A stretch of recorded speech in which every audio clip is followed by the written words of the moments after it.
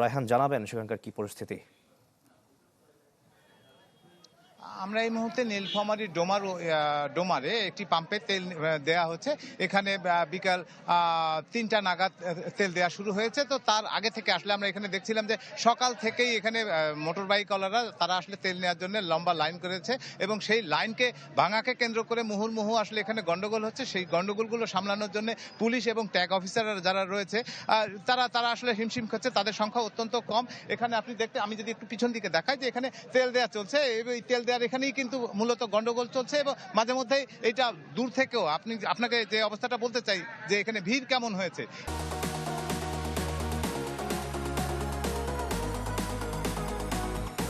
এই পাম্পটা থেকে আধা কিলোমিটার দূর পর্যন্ত রাস্তা জুড়ে মানে পাম্পের যে প্রাঙ্গণ সেটা ভর্তি হওয়ার পাশাপাশি আধা কিলোমিটার দূর রাস্তা জুড়ে কিন্তু ব্লক করে মোটরসাইকেল আরোহীরা রয়েছে। আর যতটুকু জানতে পেরেছি এখানে তেলের যে বিতরণ ব্যবস্থাপনা তার মধ্যে অনেকে আছে যারা নতুন করে তেলের ব্যবসা শুরু করেছে। এখানে লাইনে দাঁড়িয়ে তেল নিয়ে দূরে কোথাও গিয়ে খুচরা বিক্রি করছে। এতে করে সাধারণ যাদের দরকার তারা অনেকেই পাচ্ছে না।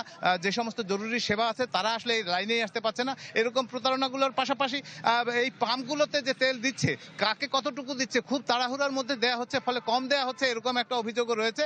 যে সমস্ত ট্যাগ কর্মকর্তা রয়েছে তারা বলছে যে সামান্য দুই একটা পুলিশ এবং একজন কর্মী আসলে এখানে এটা সামলানো সম্ভব নয়। ফলে এই জায়গাগুলো থেকে কিন্তু বারে বারে এই ঘটনাটা ঘটছে।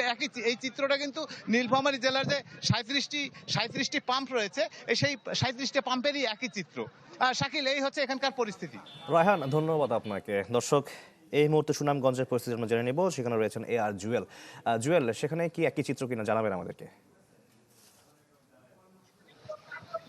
শাকিল, পরিস্থিতি বলি, সুনামগঞ্জে পেট্রোল পাম্পগুলোতে আসলে প্রত্যেকটা পাম্পে কিন্তু পেট্রোল নেই, যার কারণে কিন্তু শুধুমাত্র জ্বালানি তেলের মধ্যে অকটেন দেওয়া হচ্ছে। যার কারণে সকাল থেকে আমরা দেখেছি এই পাম্পগুলোতে দীর্ঘ লাইন মোটরসাইকেলের, এবং তারা পেট্রোল না পাওয়ার কারণে অনেকেই আসলে বাধ্য হয় সেই মোটরসাইকেল কিংবা যে গাড়িগুলো আছে সেইগুলো পেট্রোল চালিত গাড়িগুলো সেগুলোতে তারা অকটেন ঢুকানোর চেষ্টা করছেন। এবং সকাল থেকে প্রত্যেকটি পাম্পে দীর্ঘ লাইন দেখেছি, এবং যারা মোটরসাইকেল চালান তারা বলছেন যে পেট্রোল না থাকায় অনেকে আসলে অকটেন ভরতে হচ্ছে, এবং প্রত্যেকটি গাড়িতে 300 টাকা করে তেল দেওয়া হচ্ছে, অকটেন দেওয়া হচ্ছে। তারপরও হিমশিম খেতে হচ্ছে সবগুলো পাম্পে, এবং প্রত্যেকটি পাম্পে আমরা দেখেছি মোটরসাইকেলের দীর্ঘ লাইন। যেহেতু এই হাওর অঞ্চলের যাতায়াতের একটা বড় মাধ্যম হচ্ছে প্রত্যেকটি উপজেলা মোটরসাইকেল, ভাড়া চালিত মোটরসাইকেল, সেই মোটরসাইকেল চালকরা আসলে বেশ একটা বিপাকে পড়েছেন পেট্রোল না থাকায়।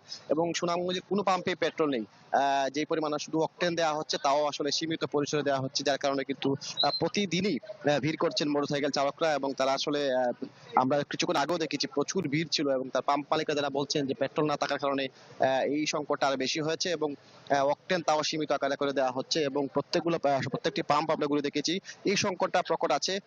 এবং তারা বলছেন যে পেট্রোলের যে আমদানি সেটি সুনামগঞ্জে আসলে এখন হচ্ছে না, এবং যে সংকট ছিল পেট্রোলের সংকটটা আরো তীব্র হয়েছে, যার কারণে সীমিত পরিসরে অকটেন দেওয়া হচ্ছে। কিন্তু ভোগান্তিতে সবচেয়ে বেশি মোটরসাইকেল চালক যারা আছেন, যারা আসলে এই অঞ্চলের মানুষজন ভাড়ায় মোটরসাইকেল চালান, তারা আসলে একটা তো সব মিলিয়ে বলা যায় যে সংকট কিন্তু প্রকট এখনো আছে। অকটেন থাকলেও সুনামগঞ্জে কোনো পাম্পে আসলে পেট্রোল নেই, যার কারণে কিন্তু বিপাকে এই অঞ্চলের যে মোটরসাইকেল চালক কিংবা এই যানবাহন গুলো আছে। শাকিল।